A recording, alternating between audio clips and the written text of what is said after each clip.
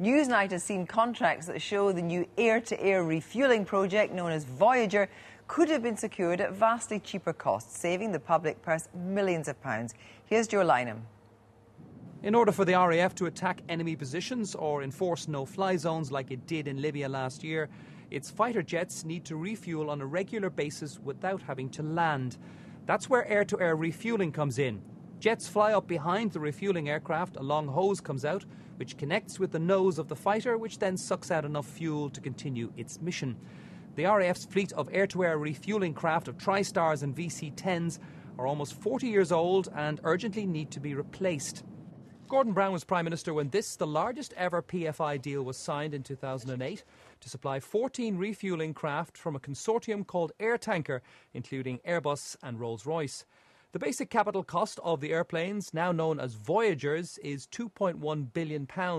A further £8.4 billion has been set aside for leasing and financing costs, based on a loan from Lloyds TSB, leaving a total cost over 27 years of £10.5 billion.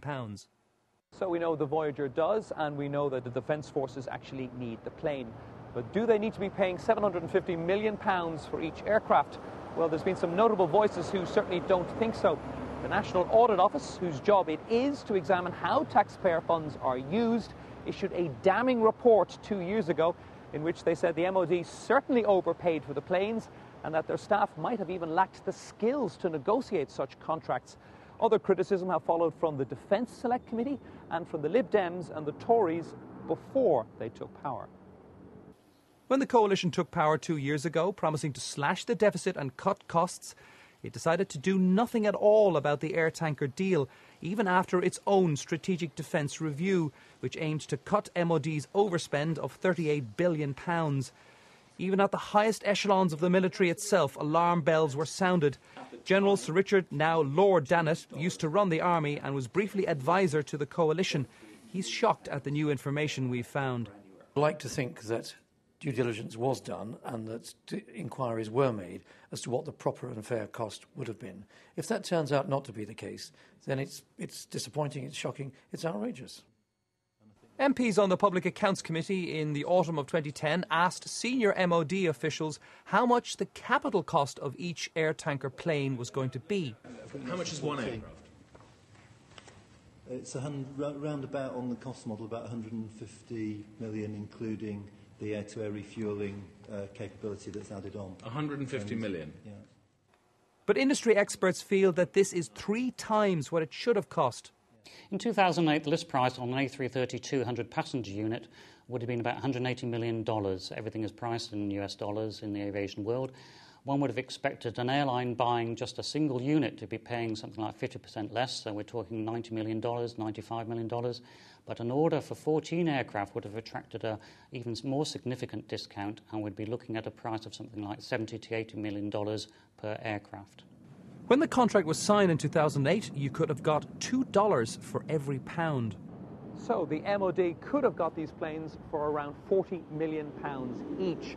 But we've seen a signed contract between Airbus and another company which says they could have got them for even less than that. In fact, they could have got them for around £35 million each. Once these basic aircraft are converted with special pods, they can be then used for military air-to-air refuelling purposes.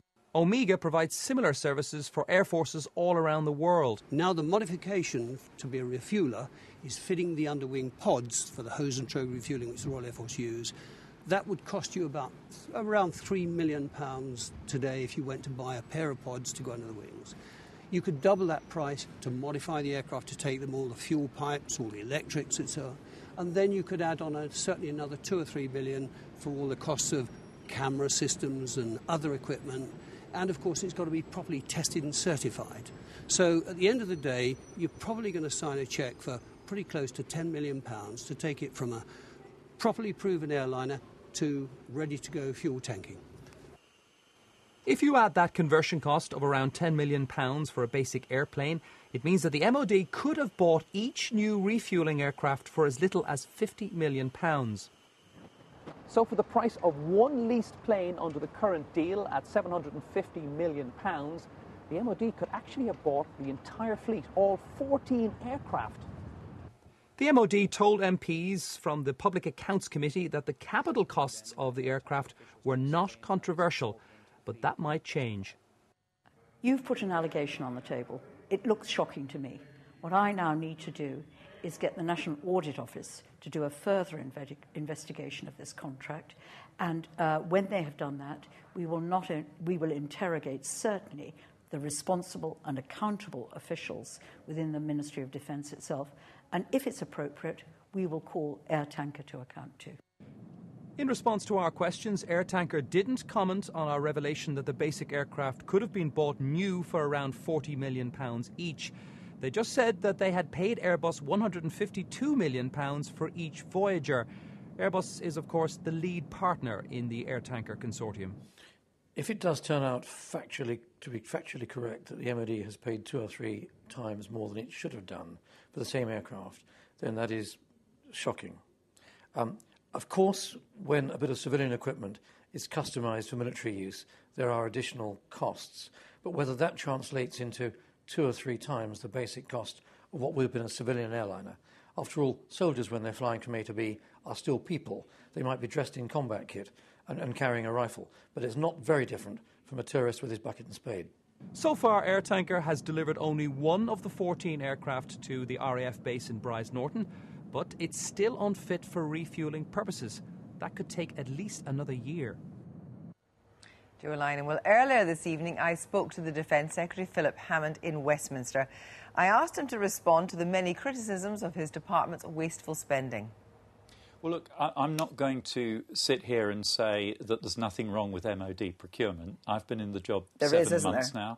Clearly, there's a big challenge. That's why we've appointed a new Chief of Defence Material, Bernard Gray, who wrote a very damning report, you may remember, to Gordon Brown under the last government. He's now gripping the organisation, making some very big strategic changes in the way we procure, and we've got to change the culture throughout the organisation as well. Let's look at these figures that you say that have been put through the mill. I mean, we've investigated. Experts say that these aircraft can be bought easily for 40 million, and the conversion is something like 10 million, so it makes 50 million in all.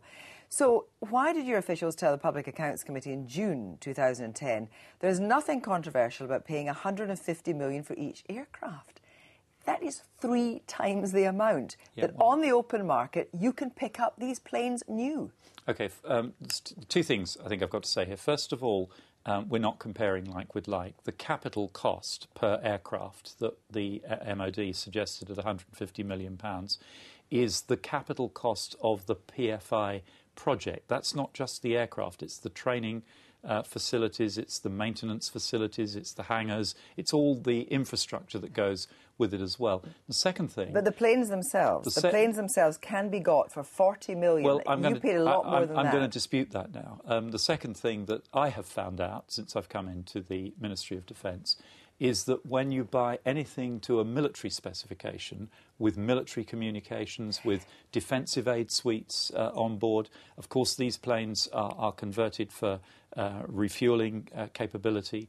They are not standard planes. But your officials were saying themselves that they're 100... But your very own officials were saying themselves, the planes themselves, that's what they said, the planes cost 150 million. I'm telling you that we have spoken to several people, experts in the field, who say you can get the plane, not for 150 million, the plane itself for 40 million, and the conversion is 10 million. With the greatest respect, and I don't know who your experts are, but that's rubbish. You can't get the plane anywhere, because this is a special military version of the plane, with UK comms, military comms requirements fitted, UK defensive aid suites fitted to it. This is a military specification plane with military refuelling But Lord Dannatt told us that he spoke to the then Defence Secretary, Liam Fox, about this and said that he was very concerned that it was far too expensive, but Liam Fox did nothing. Well, I can't comment on a conversation that may or may not have happened between my predecessor and a former military chief. What I can tell you that in preparation for coming and talking to you this evening, I have checked the situation in the department, and we are still clear that this project, although we might not have chosen to do it by PFI, but this project still represents value for money for the taxpayer for purchasing a bespoke military plane. We can't compare it with buying an off-the-shelf copy of an A330 but you or said A340. In the House today, you said, these are your words, when the facts change, the responsible thing to do is to change. It might be difficult to do it, but to change your mind. This project is sitting around about £10 billion. Will you revisit the deal? Well, it's a PFI deal for 27 years that was signed by the last government. But even though it's signed, you can revisit it. Once a contract's signed, MOD does it all the time. They renegotiate with contractors. You can seek to renegotiate with the contractor, and we will be looking at... We do look at all contracts, including PFI contracts, to see if there's any scope for... So will you do so for this one? But if you go to a PFI contractor and ask to renegotiate the contract, you have to be able to offer something.